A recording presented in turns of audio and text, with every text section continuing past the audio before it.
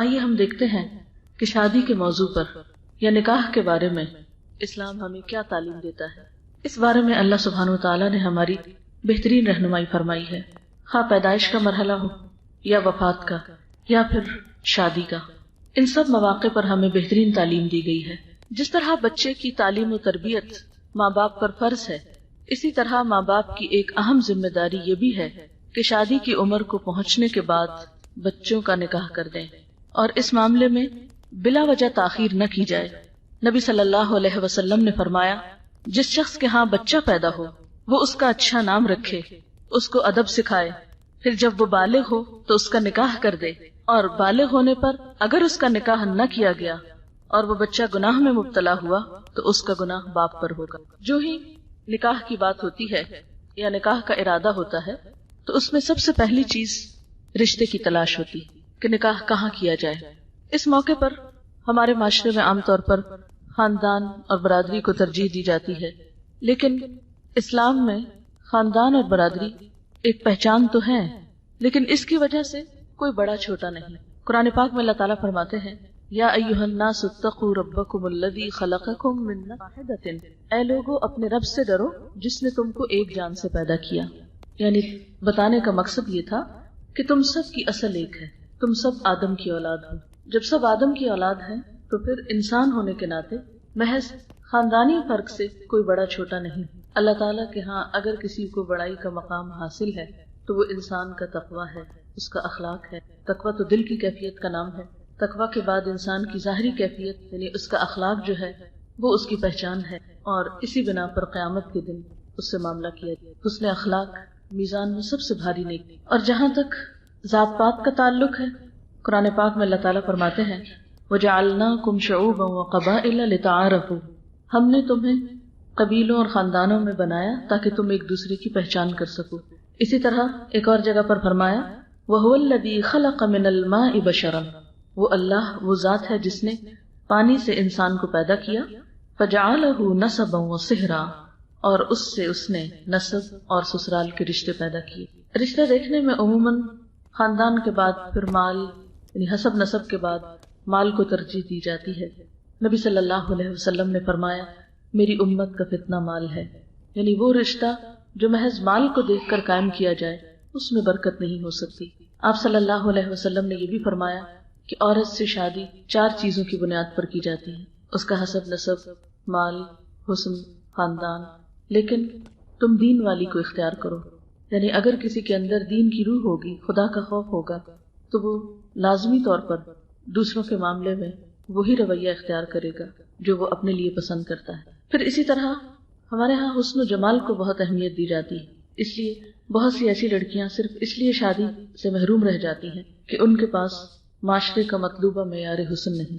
حالانکہ حسن اپنی جگہ ایک اہمیت ضرور رکھتا ہے، لیکن وہ کبھی بھی دین اور اخلاق اور کردار کے برابر نہیں ہو سکتا۔ اس لیے اگر ان 2 چیزوں میں سے ایک کو چننا پڑے تو اس میں انسان کو پھر دین ہی کو ترجیح دینی چاہیے۔ جس طرح باقی چیزیں فنا ہونے والی ہیں، جیسے مال آنی جانی چیز ہے، اسی طرح انسان کا حسن بھی آنی جانی چیز ہے۔ جو چیز انسان کو دنیا میں فائدہ دیتی ہے وہ اس کی سیرت و اخلاق ہے، اور جو چیز اس کو آخرت میں فائدہ دے گی اور پھر ایک خاندان کی تعمیر اور ترقی میں وہ اس کا اخلاق اور کردار ہے۔ سوال یہ پیدا ہوتا ہے کہ رشتے کی تلاش میں طریقہ کار کیا اختیار کیا جائے؟ کیا وہ جو ہمارے معاشرے میں عام طور پر ہوتا ہے کہ رشتے کی تلاش میں مختلف جگہ پر لڑکیاں دیکھی جاتی ہیں اور پھر ان کی خامیاں اور نقائص اور ناپسندیدہ چیزیں جگہ جگہ بیان کی جاتی ہیں؟ قرآن پاک میں اس چیز کی سختی سے مذمت کی گئی ہے۔ اللہ سبحانہ وتعالیٰ فرماتے ہیں، وَلَا تَلْمِزُوا أَنفُسَكُمْ وَلَا تَنَابَزُوا بِالْأَلْقَابِ بِئْسَ الِاسْمُ الْفُسُوقُ بَعْدَ الْإِيمَانِ وَمَن لَّمْ يَتُبْ فَأُولَٰئِكَ هُمُ الظَّالِمُونَ، اور آپس میں ایک دوسرے کو عیب نہ لگاؤ اور نہ کسی کو برے لقب سے یاد کرو۔ ایمان لانے کے بعد کسی کو برے لقب سے یاد کرنا بہت برا ہے، اور جو لوگ توبہ نہ کریں وہی ظالم ہیں۔ تو بات یہ ہے کہ رشتے کی تلاش میں انسان جو بھی اس کے لیے پاسبل آسان طریقہ ہو اس کے لیے کوشش کر سکتا ہے، دیکھ سکتا ہے، لیکن دیکھنے کے بعد اگر پسند نہ آئے تو اس کو مجلسوں میں بیٹھ کر کرٹیسائز کرنا یا چھوٹی چھوٹی باتوں پہ ناک منہ چڑھانا یہ نہایت ناپسندیدہ چیز ہے۔ بد اخلاقی اور ایمان ان دونوں کا آپس میں کوئی میل اور جوڑ نہیں۔ پھر اسی طرح یہ ہے کہ اس معاملے میں دعا بھی کرنی چاہیے۔ حضرت موسیٰ علیہ السلام جب مدین گئے ہجرت کرنے کے بعد مصر سے، تو وہاں انہوں نے، جبکہ ان کے پاس نہ کوئی گھر تھا، نہ کوئی شیلٹر تھا، نہ کوئی جگہ تھی، تو انہوں نے دعا مانگی، رب انی لما انزلت الی من خیر فقیر، اے میرے رب تو جو بھلائی بھی میری طرف نازل کرے میں اس کا محتاج ہوں۔ اور پھر قرآن پاک ہی کی تعلیم کی روح سے ہم دیکھتے ہیں کہ ودن 24 آورز ان کو اللہ تعالیٰ نے گھر بھی دیا، کھانا بھی دیا اور نکاح کا بھی انتظام کیا۔ تو یہ دعا ہر وہ شخص پڑھ سکتا ہے جو رشتے کے لیے پریشان ہو، یا والدین بھی پڑھ سکتے ہیں اپنی اولاد کے لیے۔ پھر اسی طرح یہ دعا کرنا، ربنا ہب لنا من ازواجنا وذریاتنا قرۃ اعین وجعلنا للمتقین اماما، یہ بھی مفید ہو سکتی ہے۔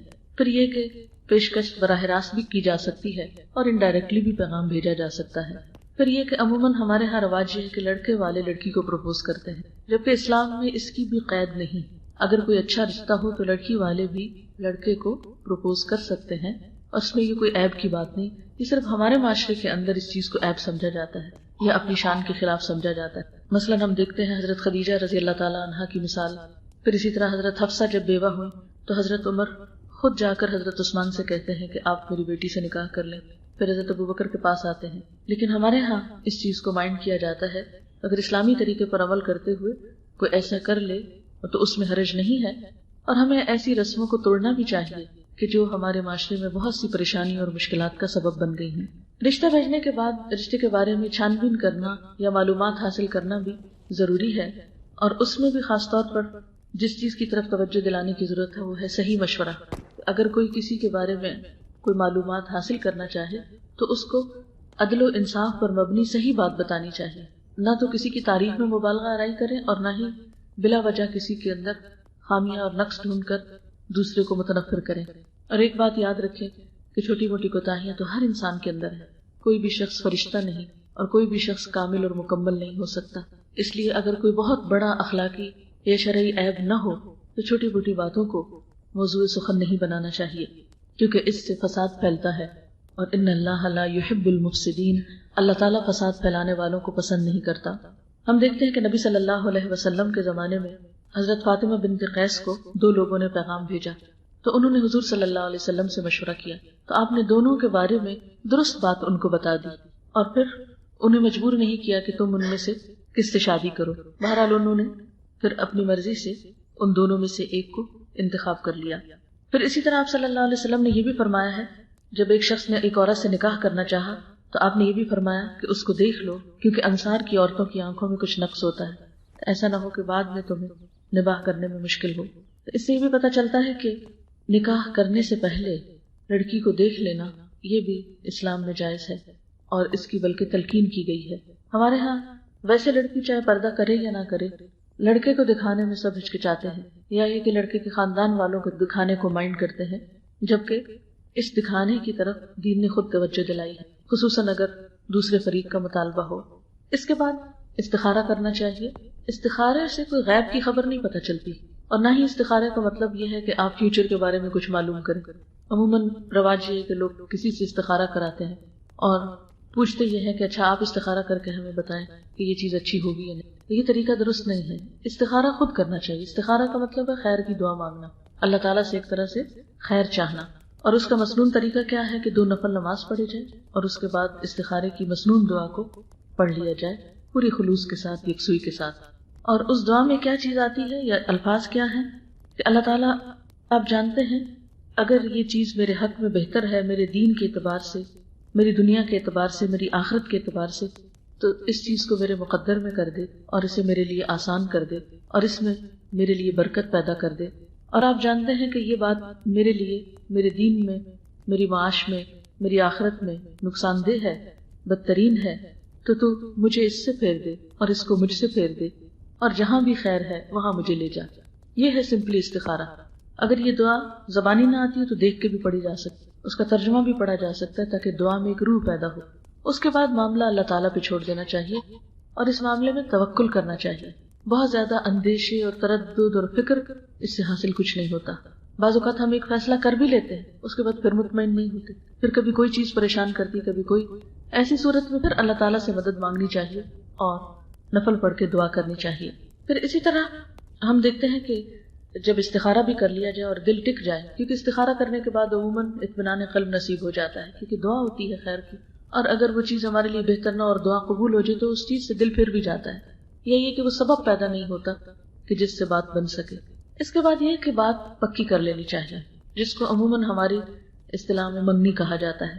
قرآن پاک میں اس کے بارے میں ذکر آتا ہے وَلَا جُنَاحَ عَلَيْكُمْ فِي مَا عَرَّضْتُمْ بِهِ مِنْ خِطْبَةِ النِّسَاءِ أَوْ أَكْنَنْتُمْ فِي أَنفُسِكُمْ، تم پر اس میں کوئی گناہ نہیں کہ تم اشارتاً یا کنایتاً ان عورتوں سے نکاح کی بات کہو یا اپنے دل میں پوشیدہ ارادہ کرو۔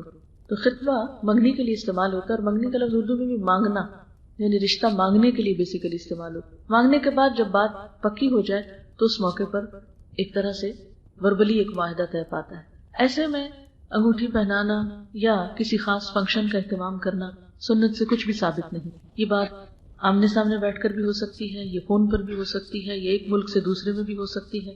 جب باقی تفصیلات طے ہو جائیں تو پھر زبان دینا جس کو کہتے ہیں، یا زبانی وعدہ جو ہے، یہی دراصل منگنی ہے۔ اور یہ وعدہ بھی ایک وعدہ ہے جیسے کوئی بھی اور وعدہ ہوتا ہے، یہ کھیل نہیں ہے کہ انسان ایک جگہ بات پکی کر لے۔ بات پکی کرنے کا مطلب ہے کہ وعدہ کر لے کہ ہاں میں یہ رشتہ دوں گا، یا یہ کہ لڑکا یہ کہے کہ میں یہاں شادی کروں گا، اور پھر اس کے بعد کہیں اور کچھ تلاش شروع کر دے۔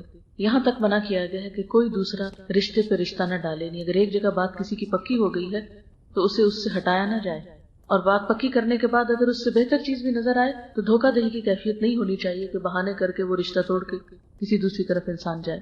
نبی صلی اللہ علیہ وسلم نے فرمایا کوئی شخص دوسرے کے پیغام نکاح پر پیغام نہ دے جب تک کہ وہ نکاح نہ کر لے یا نکاح کا خیال ترک نہ کر دے۔ ہاں اگر کسی اور وجہ سے یا نیچرلی وہ منگنی ٹوٹ گئی ہے یا بات ختم ہو گئی ہے تو پھر دوسرے کسی اور شخص کی اجازت ہے کہ وہ رشتہ بھیجے۔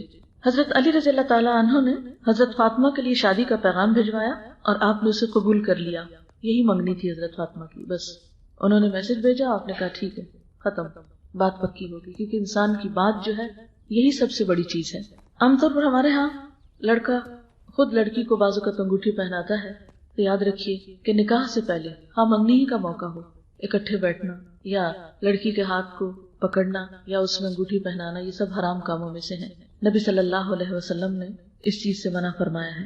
حضرت عائشہ فرماتی ہے کہ رسول اللہ صلی اللہ علیہ وسلم کا ہاتھ مبارک کبھی کسی عورت سے نہیں لگا، یعنی آپ نے کبھی کسی عورت کا ہاتھ نہیں چھوا، البتہ آپ زبان سے عورتوں سے بات کرتے تھے۔ جب عورتیں زبان سے قول و قرار کر لیتی، یعنی بیعت دے دیتی، تو آپ فرماتے جاؤ میں نے تم سے بیعت لے لی ہے۔ اسی طرح ایک اور روایت میں آتا ہے کہ ایک انسان کا ہاتھ انگارے سے چھو جائے وہ زیادہ بہتر ہے بنسبت اس کے کہ کسی نامحرم سے چھوئے۔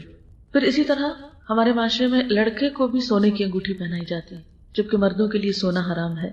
حضرت عبداللہ بن عباس سے روایت ہے کہ رسول اللہ صلی اللہ علیہ وسلم نے ایک مرد کے ہاتھ میں سونے کی انگوٹھی دیکھی، آپ نے اس کے ہاتھ سے وہ انگوٹھی اتاری اور دور پھینک دی، پھر فرمایا تم میں سے کوئی شخص آپ کے انگارے ہاتھ میں پہننا چاہتا ہے اور وہ سونے کی انگوٹھی پہن لیتا ہے، یعنی دین میں اس کی گنجائش نہیں، کیونکہ ہر چیز کا اپنا ایک اثر ہے، اصل حکمت تو اللہ تعالیٰ ہی جانتا ہے، لیکن سونا پہننے کے بعد جو لطیف جذبات پیدا ہوتے ہیں وہ عورت کے لیے تو جائز ہیں یا درست ہیں، لیکن مرد کے لیے درست نہیں، کیونکہ اسلام میں مردوں کو عورتوں سے مختلف ہونا چاہیے اور دونوں کی سوچ اور دونوں کے مزاج میں بھی فرق ہونا چاہیے۔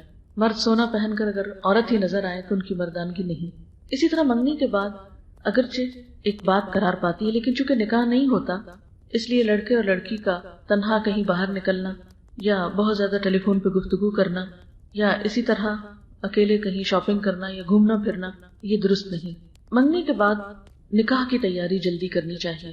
بعض اوقات سال ہر سال تک منگنی قائم رہتی ہے اور اس میں کئی خرابیاں پیدا ہو جاتی ہیں، یا پھر اس کے بعد کچھ اور رسم و رواج شروع ہو جاتے ہیں کہ ہر عید پر کچھ بھیجا جائے یا اہتمام کے ساتھ مختلف مواقع پر لین دین کیا جائے، اور اس میں بسا اوقات دونوں فریقوں پر ایک بوجھ ہو جاتا ہے، اور اگر اس میں کمی بیشی ہو جائے یا کوئی چیز ناگوار ہو تو تعلقات میں خرابی بھی ہو جاتی ہے۔ اس لیے منگنی کو بہت لمبا نہیں ہونا چاہیے، اس کے بعد شادی کی تیاری کرنی چاہیے۔ شادی کی تیاری میں پہلی چیز جو ہمارے ہاں عام طور پر ہوتی ہے وہ جہیز ہے۔ جہیز کا لفظی مطلب بھی تیاری ہے یا سامان کی تیاری۔ ہمارے دین میں اللہ تعالیٰ نے مرد کو قوام بنایا ہے، یہ مرد کی ذمہ داری رکھی ہے کہ وہ عورت کا بوجھ اٹھائے، اس کی تمام ذمہ داریوں کو پورا کرے، اس کے نان نفقے کا اہتمام کرے، لیکن ہندوانہ اثرات سے ہمارے ہاں یہ بوجھ لڑکی کے والدین پہ ڈال دیا گیا ہے۔ اب ایک ایوریج گھرانہ جس کے پاس صرف اتنی تنخواہ ہے کہ وہ اپنا کھانا پینا پورا کر سکے، اگر اس پر ایک نئے گھر کی تیاری کی بھی ساری ذمہ داری ڈال دی جائے تو یہ بہت مشکل کام ہے۔ عام طور پر لوگ اس میں حضرت فاطمہ کے جہیز کو دلیل بناتے ہیں، لیکن یہ بھول جاتے ہیں حضرت علی رضی اللہ تعالیٰ عنہ شادی سے پہلے بھی حضور صلی اللہ علیہ وسلم کی کفالت میں تھے، یعنی ان کے گارڈین بھی آپ تھے، یعنی بیٹی بھی آپ کی تھی اور حضرت علی کے گارڈین بھی آپ خود تھے۔ اس لیے ایک نیا گھر بنانے کے لیے جو کچھ آپ نے بیٹی کو دیا وہ ایک طرف سے دونوں کی طرف سے ہی تھا، لیکن کہیں نہیں یہ بات ثابت ہوتی کہ حضرت خدیجہ نے کوئی جہیز تیار کیا ہو اپنی شادی کے لیے، یا پھر اس کے بعد اور ازواج مطہرات سے جہیز لیا گیا ہو، کیونکہ اگر شادی سے پہلے مرد ذمہ داری اٹھانے کے لیے تیار نہیں تو بعد میں کیا ذمہ داری نبھائے گا؟ مرد کا اللہ تعالیٰ نے رتبہ بھی اسی وجہ سے زیادہ رکھا ہے عورت پر۔ قرآن پاک میں آتا ہے کہ الرجال قوامون علی النساء بما انفقوا من اموالہم، مرد جو ہیں وہ عورتوں پر قوام ہیں اس وجہ سے وہ اپنے مالوں میں سے خرچ کرتے ہیں، اسی لیے شادی کے موقع پر مہر دینا لازم قرار دیا گیا، اسے نکاح کے ارکان میں سے قرار دیا گیا۔ پھر اس کے بعد یہ ہے کہ جب شادی کا موقع آتا ہے اس موقع پر بھی بعض اوقات اتنی طویل تیاریاں ہوتی ہیں کہ جس میں بعض فرائض بھی ضائع ہونے کا اندیشہ ہوتا ہے، مثلا نمازوں کی پابندی چھٹ جاتی ہے، یا یہ کہ کچھ اور اہم چیزیں جو ہیں وہ پیچھے چلی جاتی ہیں۔ بعض اوقات جہیز کی تیاری میں زکوٰۃ دینا انسان فراموش کر دیتا ہے، یا رشتہ داروں کے باقی حقوق کی ادائیگی نہیں کر پاتا۔ ایسی صورت میں ان تمام چیزوں میں اعتدال ضروری ہے۔ جہاں تک جہیز کا تعلق ہے اس میں جو اسراف ہو رہا ہے اس کی وجہ سے سارے معاشرے پر اثرات کیا مرتب ہو رہے ہیں۔ اس میں ایک عالمی ادارے کی رپورٹ کے مطابق پاکستان میں 1 کروڑ سے زائد لڑکیاں شادی کے انتظار میں ہیں، 40 لاکھ لڑکیاں ایسی ہیں جن کی شادی کی عمر بھی گزر چکی ہے، کئی والدین حسرت لیے دنیا سے رخصت ہو چکے ہیں، اور اس میں ان شادیوں کے نہ ہونے میں ایک بہت سی اور وجوہات بھی ہیں، لیکن ایک بڑی وجہ جہیز ہے۔ یعنی لڑکی کے دیکھنے کے ساتھ ہی یہ دیکھا جاتا ہے کہ وہ مال کیا لائے گی۔ جن والدین نے ایک بچی کو پیدا کیا ہے، پالا پوسا ہے، اس کی تعلیم و تربیت کا انتظام کیا ہے، اس سے بڑا تحفہ کوئی آپ کو اور کیا دے سکتا ہے۔ اور پھر خاص طور پر جو ہمارے معاشرے میں یہ کہ لسٹ پکڑا دی جاتی ہے کہ یہ اور یہ چیزیں مہیا کی جانی چاہیے، اور اگر اس لسٹ کے مطابق چیزیں نہیں آتی تو عمر بھر لڑکی کو تانے دیے جاتے ہیں۔ یہ طریقہ کہیں بھی اسلامی طریقہ نہیں۔ پہلی بات تو یہ کہ ایسا مطالبہ بھی ناجائز ہے، اور دوسرے پہ کسی بھی قسم کا دباؤ ڈال کر کچھ حاصل کرنا، تو اس کے لیے قرآن پاک میں اللہ تعالیٰ فرماتے ہیں یا ایھا الذین آمنوا لا تأکلوا اموالکم بینکم بالباطل، اے ایمان والو ایک دوسرے کے مال باطل طریقوں سے نہ کھاؤ۔ ایک اور حدیث میں آتا ہے علی المسلم حرام دمہ ومالہ وعرضہ، ایک مسلمان پر دوسرے مسلمان کا خون، اس کا مال اور اس کی عزت و آبرو حرام ہے، کہ کسی بچی کو تانے دیے جائیں یا اس کو ستایا جائے صرف اس وجہ سے کہ وہ مطلوبہ جہیز لے کر نہیں آئی۔ ایسا کرنا ظلم ہے، اور ظلم قیامت کے دن کے اندھیرے بن جائے گا۔ الظلم ظلمات یوم القیامہ۔ لیکن اس کا یہ مطلب بھی نہیں کہ انسان اپنی بیٹی کو کوئی بھی چیز دے نہیں سکتا، یا کچھ بھی دینا حرام ہے یا ممنوع ہے۔ ایسے میں جب ایک نیا گھر بنتا ہے تو دونوں خاندان مل کر اگر نئے جوڑے کے لیے کوئی بھی چیز تیار کرتے ہیں ضروریات میں سے جتنی استطاعت ہے ان کی، یا اپنے شوق یا خوشی سے، تو اس کے بارے میں کہیں ممانعت بھی نہیں آئی کہ ایسا کرنا بالکل حرام یا ممنوعات میں سے ہے۔ یہ وہ چیز ہے جس کے بارے میں شریعت نے خاموشی اختیار کی ہے، یعنی دونوں فریقین کی رضامندی پہ رکھا ہے۔ ہمارے ہاں ایک اور چیز یہ بھی ہے کہ لڑکی کو بعض اوقات وراثت سے محروم کر دیا جاتا ہے، یہ کہہ کر کہ تمہاری شادی کے موقع پر تمہیں اتنے کا جہیز دیا گیا تھا، وہ ورثے سے منہا کر لیا گیا، یا وہ سمجھو کہ تمہارا ورثہ ہی تھا۔ حالانکہ ورثہ جو ہے وہ مرنے کے بعد تقسیم ہوتا ہے، جبکہ جہیز تو زندگی میں دیا جاتا ہے۔ شادی میں اہم ترین چیز نکاح اور ولیمہ ہے، باقی چیزیں عموماً ہم صرف معاشرتی رسوم و رواج کی وجہ سے کرتے ہیں، جبکہ شادی کا اصل بڑا حصہ نکاح ہے۔ یہاں چلتے چلتے یہ بات بھی کی جائے کہ نکاح کرنا ضروری کیوں ہے۔ مرد اور عورت کا جو تعلق ہے اس کے بارے میں دنیا میں 2 انتہائیں پائی جاتی ہیں۔ ایک انتہا یہ ہے کہ کسی بھی قانونی بندھن کے بغیر آزادانہ تعلق قائم کیا جائے، جو مرد جس عورت سے چاہے اور جو عورت جس مرد سے چاہے تعلق قائم کر لے۔ ایک دوسری انتہائی نظریہ یہ ہے کہ شادی کی ہی نہ جائے، اور شادی کا نہ کرنا بہت ثواب کا کام ہے، جیسا کہ بعض مذاہب میں کہا جاتا ہے۔ اسلام نے ان 2 انتہاؤں کے درمیان ایک اعتدال کا راستہ بتایا ہے، نہ تو اس تعلق کو بالکل بے لگام چھوڑ دیا اور نہ ہی اس کے نہ کرنے کو عبادت قرار دیا، بلکہ اسے چند پابندیوں کے ساتھ جائز قرار دیا گیا اور اس کے فوائد بھی بتائے گئے۔ آپ دیکھتے ہیں کہ اگر کسی بھی قانونی معاہدے کے بغیر ایک مرد اور عورت اکٹھے رہتے ہیں، اس میں آپ دیکھیں کہ کوئی بھی ایک دوسرے کے حقوق ادا کرنے کے لیے کسی کو باؤنڈ نہیں کر سکتا، کوئی صحیح معنوں میں ایک دوسرے کی ذمہ داری نہیں اٹھا سکتا۔ مرد اور عورت کا ایسا تعلق پھر ذاتی لطف اور خود غرضی کے لیے تو ہو سکتا ہے، لیکن شادی کا جو اصل مقصد ہے کہ ایک خاندان وجود میں آئے، نسل انسانی کی بہترین تربیت ہو، وہ پورا نہیں ہو سکتا۔ اور اگر نکاح کے قانونی تقاضوں کے بغیر ایک تعلق وجود میں آتا ہے تو اس میں آپ دیکھیں کہ مرد کسی وقت بھی ایک عورت کو راہ میں چھوڑ کے جا سکتا ہے، اور عورت سنگل پیرنٹ ہو کر بچے کی پیدائش کا ذمہ بھی لے اور پھر اس کو پالنے پوسنے کا بھی۔ اس لیے اسلام نے عورت اور مرد اور پھر آئندہ نسلوں کی فلاح و بہبود کے لیے اس کے ساتھ کئی ایک پابندیاں بھی عائد کی ہیں۔ اسی لیے ہم دیکھتے ہیں کہ بعض صورتوں میں نکاح فرض ہے، خاص طور پر اس وقت جب کہ گناہ میں پڑنے کا اندیشہ ہو، لیکن عام طور پر اس کی حیثیت سنت کی ہے، اور نکاح کرنا جو ہے وہ اجر و ثواب کا باعث ہے، اور بلا وجہ اس سے منہ موڑنا، بغیر کسی حقیقی وجہ کے اس سے روگردانی کرنا، بغیر کسی حقیقی وجہ کے اور بغیر کسی حقیقی عذر کے اس سے منہ موڑنا جو ہے وہ ناپسندیدہ ہے۔ نبی صلی اللہ علیہ وسلم نے فرمایا، من رغب عن سنتی فلیس منی، جو میری سنت سے منہ موڑے اس کا مجھ سے کوئی تعلق نہیں۔ یعنی اگر کوئی شخص یہ سمجھتا ہے کہ شادی کے بغیر میں زیادہ پاکیزہ زندگی بسر کر رہا ہوں تو یہ بات غلط ہے، کیونکہ وہ فطرت کی خلاف ورزی کر رہا ہے۔ ہاں، یہ الگ بات ہے کہ اگر اس کو موقع میسر نہیں اور وہ صبر کر رہا ہے تو اس صبر میں بھی اس کے لیے اجر ہے، اس کا حرام سے بچنا بھی اس کے لیے پھر باعث اجر ہے۔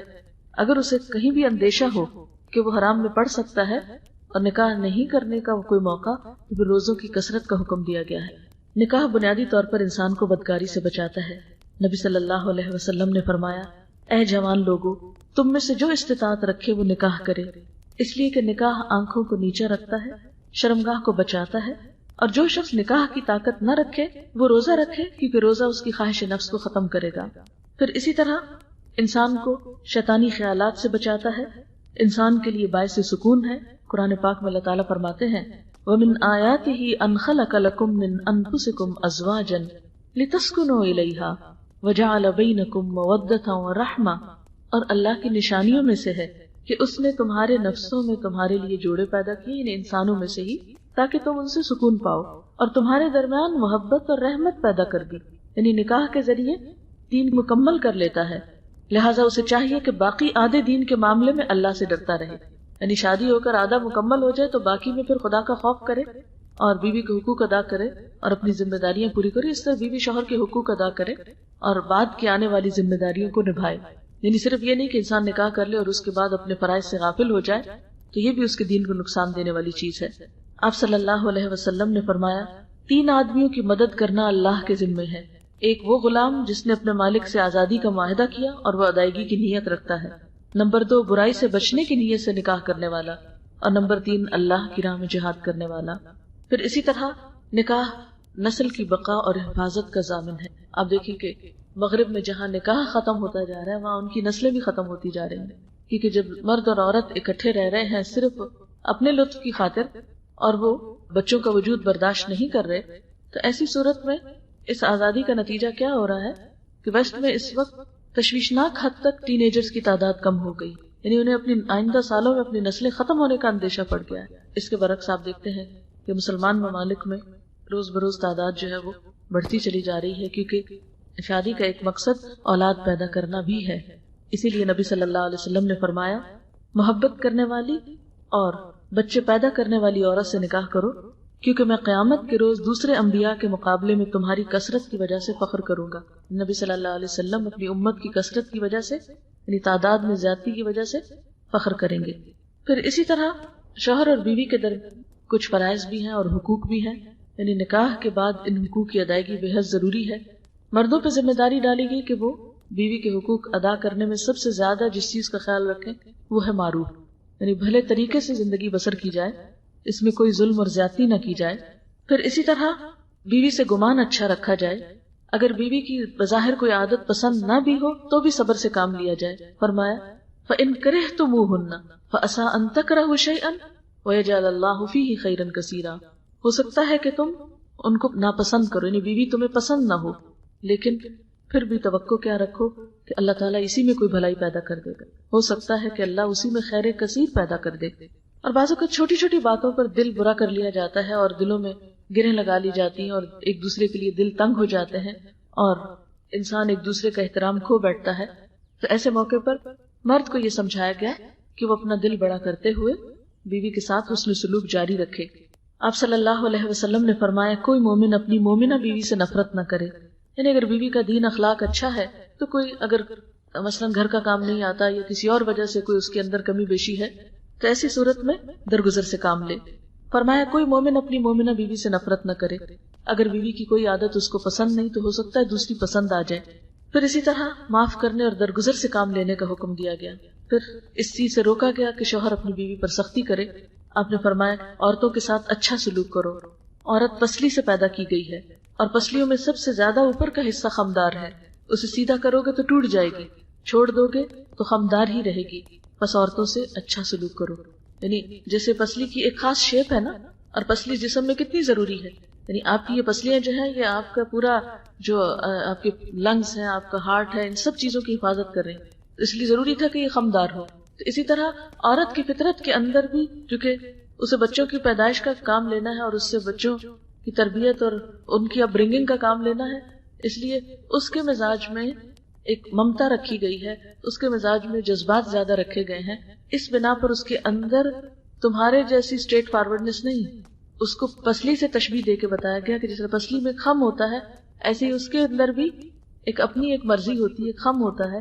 تم اس سے بالکل سیدھا کرنے کی کوشش مت کرو. اور کس طرح سیدھا؟ کیونکہ مرد کی سوچ ہے وہ مختلف ہے. یعنی جیسے تم سوچتے ہو ویسا مت ایکسپیکٹ کرو کہ بیوی بھی بالکل ویسے ہی سوچے گی.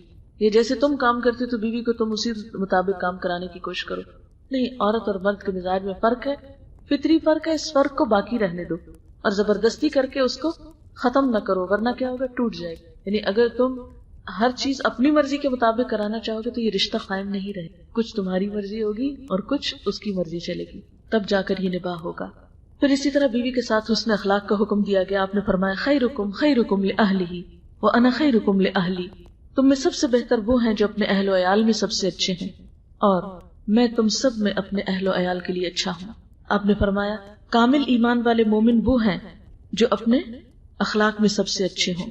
کامل ایمان والے مومن وہ ہیں جو اپنے اخلاق میں سب سے اچھے ہوں اور تم میں سب سے اچھے وہ لوگ ہیں جو اپنی بیویوں کے حق میں سب سے اچھے ہوں. حضرت عائشہ فرماتی ہے کہ میں نبی صلی اللہ علیہ وسلم کے ہاں گڑیوں سے کھیلا کرتی تھی اور میرے ساتھ میری سہیلیاں بھی کھیلتی تھی. جب آپ آتے تو وہ چھپ جاتے، آپ ان میں سے ایک ایک کو ڈھونڈ کر میرے پاس بھیجتے تاکہ وہ میرے ساتھ کھیلے. اسی طرح آپ صلی اللہ علیہ وسلم نے حضرت عائشہ کے ساتھ ایک موقع پر دوڑ لگائی، وہ آپ سے آگے نکل گئی. پھر کچھ عرصے کے بعد دوبارہ دوڑ لگانے کا موقع آیا تو آپ ان سے آگے نکل گئے تو فرمایا کہ وہ اس دن کا بدلہ ہے. یعنی شوہر اور بیوی کے درمیان تعلقات میں ایک خوشگواری کی فضا ہونی چاہیے. پھر اسی طرح شوہر کی اہم ترین ذمہ داریوں میں سے یہ ہے کہ وہ بیوی کے اخراجات کی ذمہ داری اٹھائے، اس کا کھانا پینا، اس کی آئندہ زندگی کی تمام تر ضروریات. اور اس سلسلے میں بچی کے والدین کو پریشان نہ کیا جائے. بعض جگہوں پر یہ رواج دیکھا گیا ہے کہ بچی شادی کے بعد جب پریگننٹ ہوتی، بیمار ہوتی تو ماں باپ کے گھر چھوڑ دیا جائے. اچھا ٹھیک ہو جائے تو پھر آ جانا. پیدائش کا موقع ہوتا ہے تو ماں باپ کے یہاں بھجوا دیا جاتا ہے، فارغ ہو جائے تو پھر آ جانا. یعنی یا اسی طرح خدا نہ خواستہ کوئی اور ایسی بیماری ہو جائے تو اس موقع پر بھی بھجوا دیا جاتا ہے. تو شادی کا رشتہ صرف اچھے وقتوں کا رشتہ تو نہیں، اور والدین صرف ذمہ داریاں نبھانے کے لیے تو نہیں. یہ کس قسم کا اخلاق ہے کہ ایک عورت سے فائدہ اٹھایا جائے اور اس کے بعد اس کی کوئی ذمہ داری قبول نہ کی جائے. پھر اسی طرح یہ ہے کہ عورت پر بھی کچھ ذمہ داریاں عائد کی گئی. قرآن پاک میں اللہ تعالیٰ فرماتے ہیں فالصالحات قانتات، نیک عورتیں فرما بردار ہوتی ہیں، یعنی شوہر کی بات مانتی ہیں. دوسری اہم ذمہ داری عورت پر یہ ہے کہ اپنی عزت و آبرو کی حفاظت کرے اور کوئی ایسا کام نہ کرے جس سے شوہر بیوی کی وفاداری میں شک کرے، کیونکہ شک رشتے کا سارا حسن ختم کر دیتا ہے. اس لیے ایسی تمام چیزوں سے بچنا چاہیے کہ جس میں آپس میں ایک دوسرے کے درمیان اعتماد باقی نہ رہے. اسی لیے عورت کے لیے لازم ہے کہ وہ شوہر کو اپنے محبت کا، اپنی وفاداری کا یقین دلائے.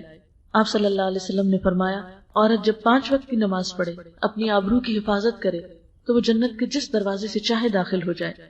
آپ نے یہ بھی فرمایا خدا پہ ایمان رکھنے والی عورت کے لیے جائز نہیں کہ وہ اپنے شوہر کے گھر میں کسی ایسے کو آنے دے جس کا آنا شوہر کو پسند نہیں. کیونکہ ہوتا ہے نا شادی کے بعد بعض اوقات ہسبینڈز کو یہ نہیں اچھا لگتا کہ کوئی خاص شخص ان کے گھر میں آئے.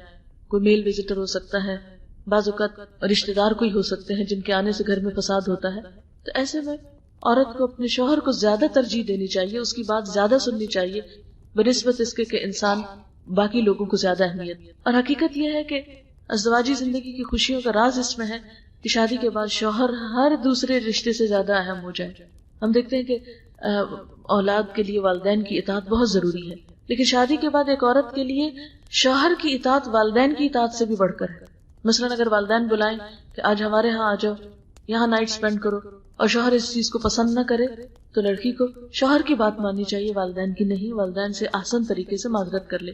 پھر اسی طرح یہ ہے کہ عورت پہ یہ بھی لازم ہے کہ اپنی گفتگو، اپنے لباس اور اپنے اخلاق کے ذریعے شوہر کا دل جیتے. ہم عام طور پر محض لباس اور زیور سے شوہر کا دل جیتنا چاہتے ہیں، جبکہ یہ کافی نہیں. ٹھیک ہے، زیب و زینت عورت کا حق ہے، یہ ایک فیکٹر ہے، لیکن ہول سول یہی چیز کام نہیں آتی. اگر ایک عورت کی زبان اچھی نہیں، اس کی زبان میں مٹھاس نہیں اپنے شوہر کے لیے، یا اس کی قدر نہیں، عزت نہیں، تو محض اچھے لباس اور اچھا زیور جو ہے وہ شوہر کے لیے کچھ ویلیو نہیں رکھتا. وہ تو آنکھ اٹھا کر بھی نہیں دیکھے گا، کیونکہ انسان کسی کے مال سے بڑھ کر اس کے اخلاق کا قدردان ہوتا ہے.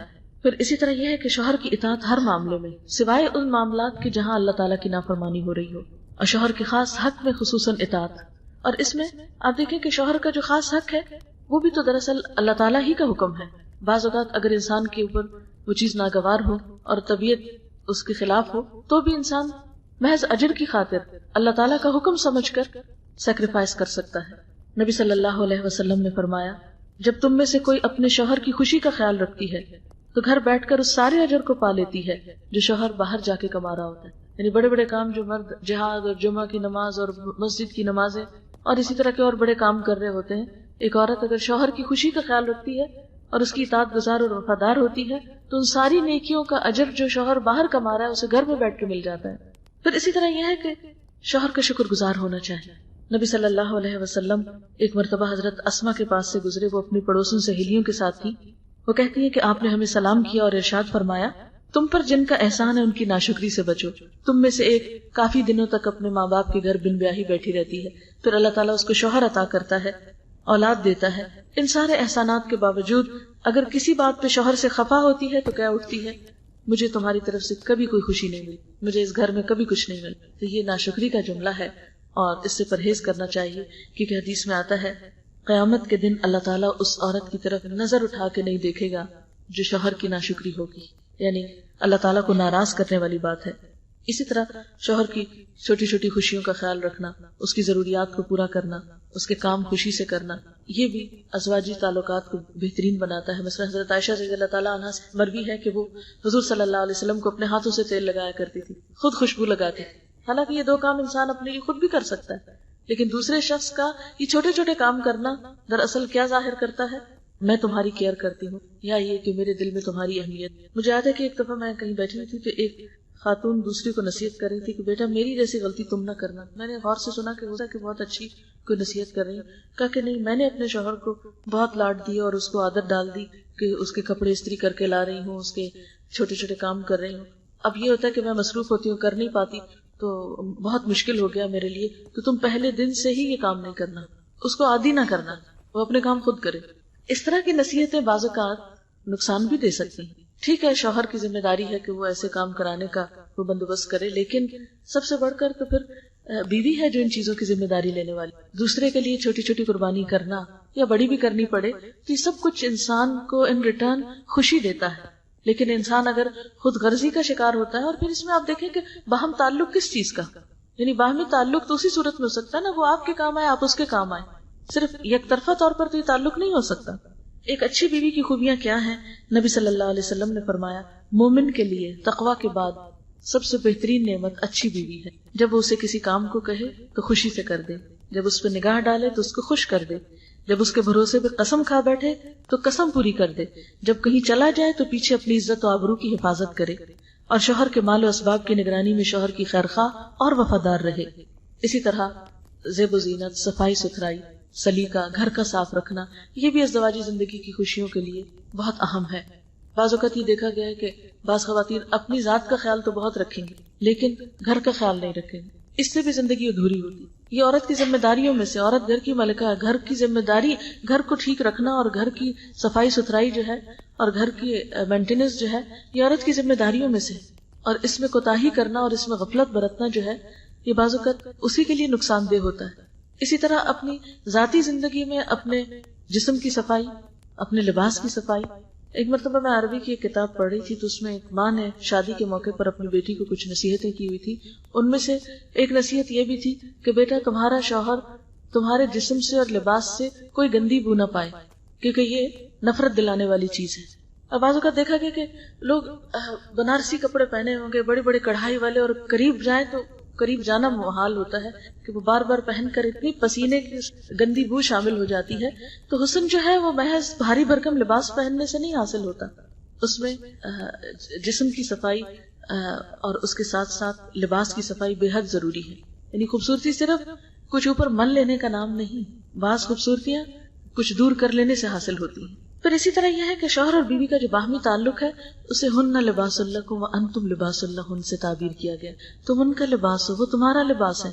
اور لباس کا سب سے بڑا کام کیا ہے؟ ایک دوسرے کے پردہ پوشی، ایک دوسرے کی غلطیوں کو چھپانا، نہ کہ مجلسوں کا عنوان بنانا کہ جہاں بیٹھے وہاں شوہروں کی برائی شروع. کوئی انسان فرشتہ نہیں، ہر شخص میں کمی کوتاہی ہے. ایسے میں شوہر کی عزت اپنی عزت ہے، اور اس کو بے عزت کرنا اپنے آپ کو بے عزت کرنا. یعنی شوہر کی بے عزتی دراصل اپنا لباس تار تار کرنا، اور اسی طرح بیوی کو دوسروں میں بدنام کرنا دراصل اپنے آپ کو ننگا کرنا ہے. لباس اگر بدنما ہوگا، اس پہ داغ دھبے ہوں گے تو کس کی شان میں فرق آئے گا؟ پہننے والے کی. اسی طرح لباس جو ہے وہ زینت کا سبب ہے، انسان کی عزت و وقار کے. انسان اپنے لباس سے پہچانا جاتا ہے.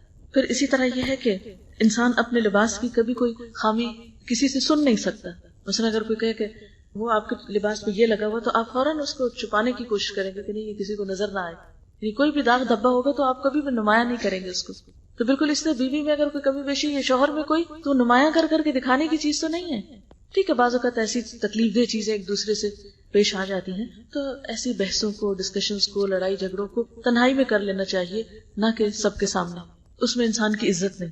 بعض اوقات ہم دوسرے کی برائیاں کر کے یہ سمجھتے کہ اس سے بڑی ہماری بڑائی ظاہر ہوگی، یا یہ کہ اس میں ہماری شان بنے گی. تو نہیں. یعنی شوہر بیوی کے لیے اور بیوی شوہر کے لیے اگر ایسا رویہ اختیار کرتا ہے تو وہ دوسرے کے لیے اپنی بے عزتی کر رہا ہوتا ہے. آپ صلی اللہ علیہ وسلم نے فرمایا، تم میں سے ہر ایک کو شکر گزار دل، ذکر کرنے والی زبان، مومنہ بیوی جو آخرت کے بارے میں تمہاری مددگار ثابت ہو، حاصل کرنے کی کوشش کرنی چاہیے.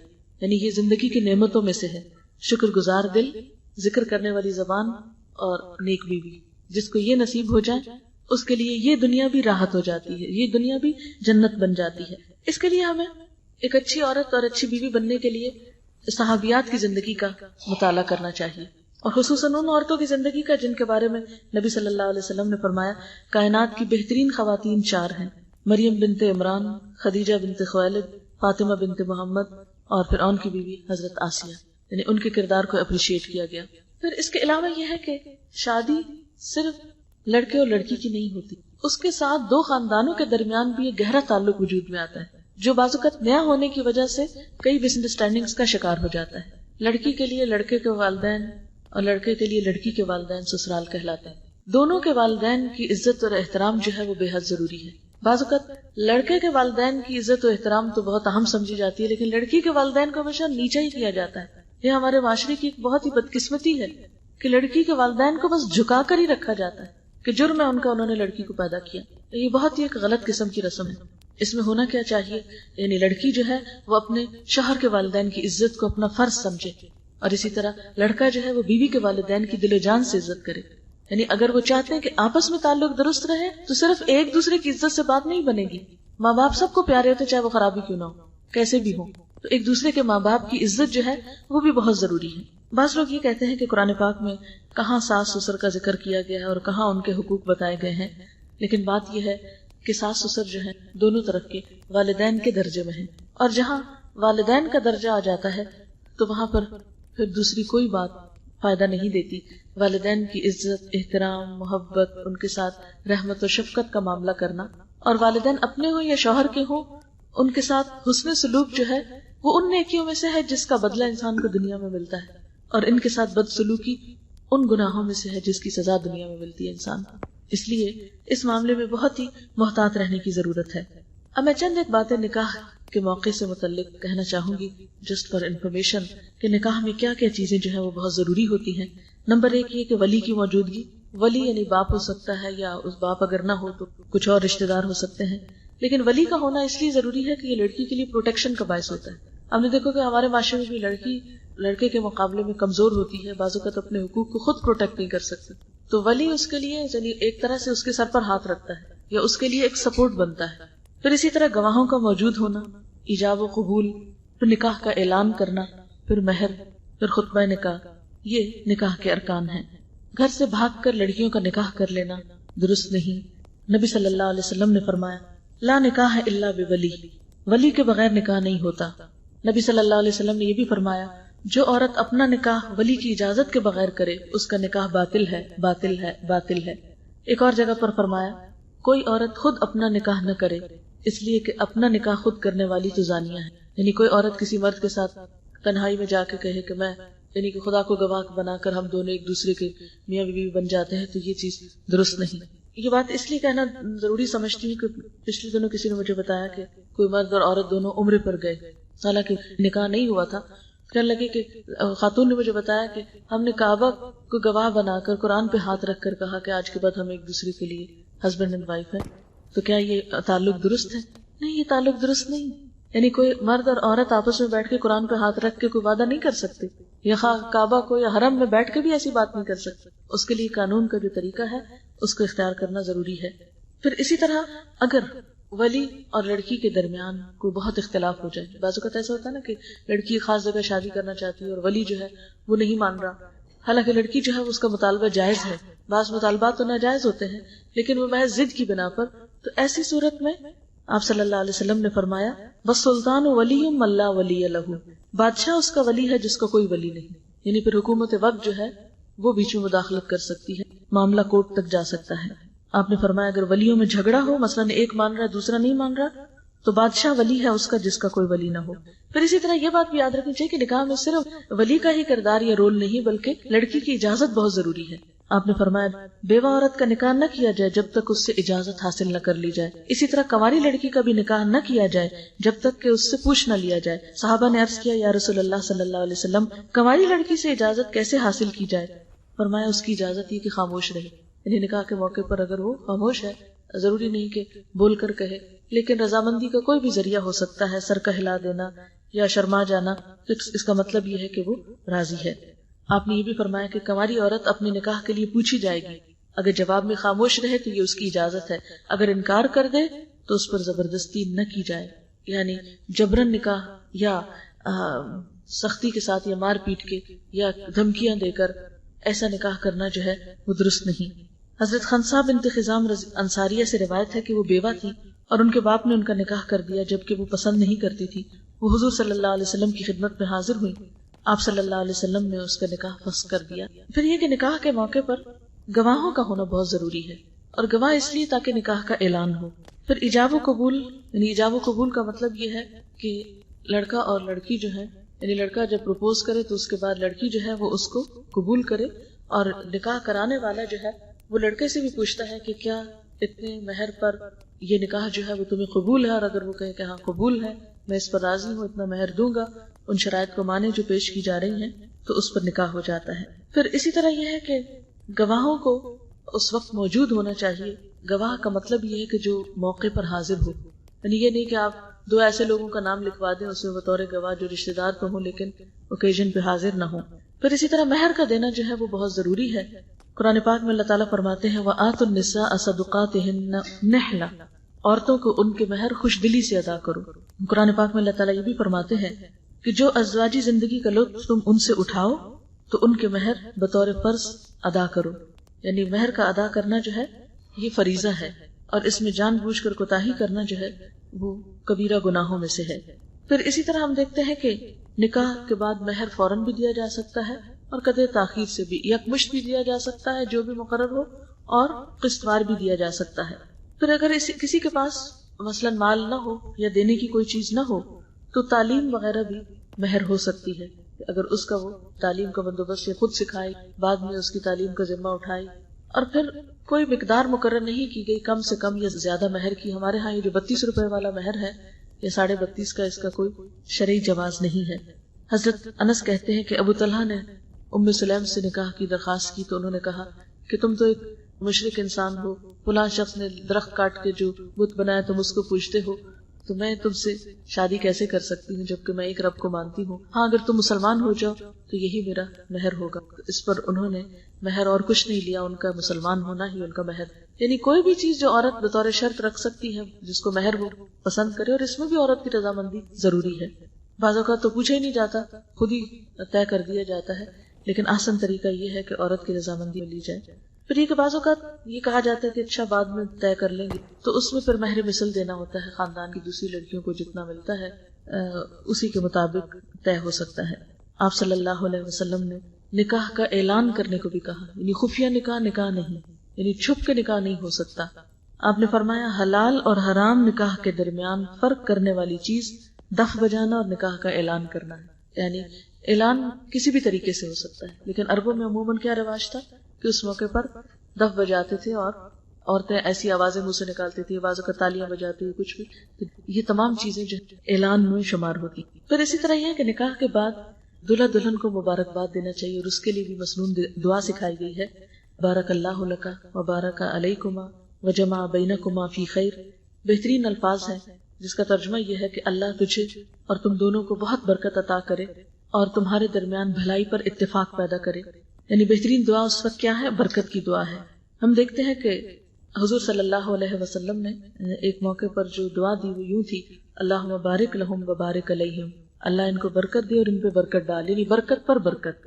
تو اللہ تعالیٰ سے دعا ہے کہ وہ ہمیں زندگی کے ہر موڑ پر اپنی اطاعت کرنے والا بنائے، ہم ایسے کام کریں جس سے وہ راضی ہو جائے، اور اللہ تعالیٰ ہمارے دین و دنیا کے کام سنوار۔ دعا کر لیں، سبحان اللہ والحمد للہ ولا الہ الا اللہ واللہ اکبر ولا حول ولا قوة الا باللہ العلی العظیم۔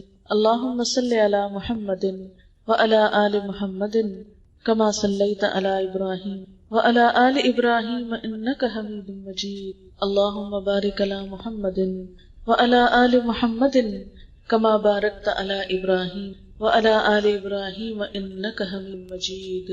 ربنا آتنا فی الدنیا حسنۃ وفی الآخرۃ حسنۃ وقنا عذاب النار۔ یا اللہ پاک جو کچھ ہم نے پڑھا ہے اپنی رحمت سے قبول فرما، کوئی بات ایسی زبان سے نکل گئی ہو جو آپ کو پسند نہ آئی ہو تو ہم سب سے درگزر کر دے اور اسے دور کر دے۔ یا اللہ جو باتیں آپ کی مرضی کے مطابق ہوئی ہیں ہمیں ان پر عمل کی توفیق عطا فرما۔ یا اللہ ہمارے دلوں کو اپنی محبت سے بھر دے، ہمارے دلوں کو قرآن کی روشنی سے معمور کر دے۔ یا رب العالمین اس گھر پر اپنی خیر و برکت نازل فرما۔ یا اللہ ان کے جو بیمار بچے ہیں ان کو صحت عطا فرما۔ یا اللہ جن بچوں کی شادی ہو رہی ہے انہیں باہم بہترین اتفاق اور نباہ عطا فرما۔ یا اللہ ہم سب کے بچوں کو ہماری آنکھوں کی ٹھنڈک بنا، انہیں دنیا اور آخرت کی بہترین کامیابی عطا فرما۔ یا اللہ ہمارے والدین پر اپنی رحمت فرما۔ یا اللہ ہمارے تمام عزیز دوست رشتہ دار سب کے دکھ تکلیفیں اور پریشانیاں دور فرما۔ جتنی بہنیں یہاں آئی ہیں بیٹھی ہیں جنہوں نے دعا کے لیے کہا ہے، یا اللہ ان سب کی دعاؤں کو قبول فرما، ہم سب پر اپنی رحمتیں نازل فرما۔ یا اللہ تو ہماری دنیا اور آخرت میں ہر طرح کی بھلائیاں پیدا فرما، بیماریوں دکھوں اور تکلیفوں سے نجات عطا فرما۔ یا اللہ ہماری آخرت کو بہترین بنا۔ یا اللہ ہم سب پر اپنی رحمت نازل فرما اور تو ہم سے راضی ہو جا۔ ربنا تقبل منا انک انت السمیع العلیم وتب علینا انک انت التواب الرحیم۔ وصلی اللہ تعالی علی خیر خلقہ محمد وعلی آلہ واصحابہ واہل بیتہ اجمعین برحمتک یا ارحم الراحمین۔ الہی آمین۔ وآخر دعوانا ان الحمد للہ۔ سبحانک اللہم وبحمدک نشہد ان لا الہ الا انت نستغفرک ونتوب